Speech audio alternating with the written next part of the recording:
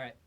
While it might not seem like it, the face-centered cubic crystal structure and the hexagonal close-packed crystal structure are really closely related. And I think the best way to illustrate that is by looking about the close-packing stacked layers. Take a look at these tennis balls. In these tennis balls, most of them are yellow, but I've painted some of them greenish so you can see, for example, that this is clearly the basal plane of a hexagonal close-packed system. Now, when we go to stack our next atoms on the next layer up, we have a choice to make. If you look right here, that's sort of a triangle pointing up, whereas this position right here is a triangle pointing down.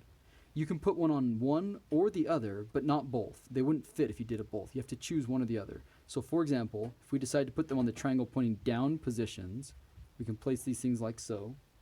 Then, when we go for the third layer, if I put it directly above where the first layer was, right?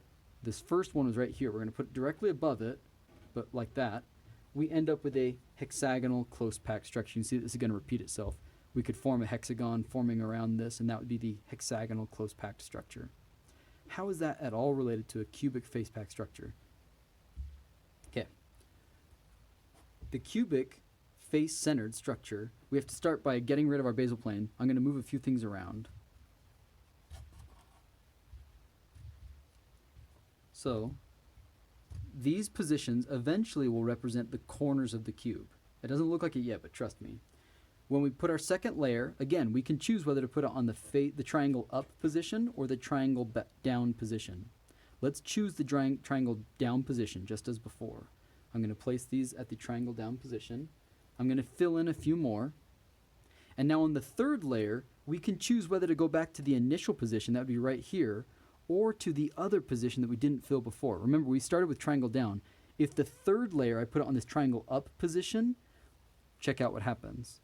If I put it there, we've reached a face-centered cubic structure. It might not be obvious at first, but look right here. These are the corners of a cubic lattice, right? They're tilted.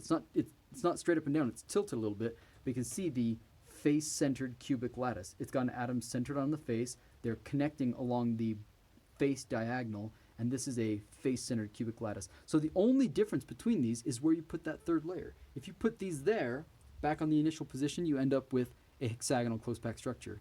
If you put them on the other position, you end up with face-centered cubic.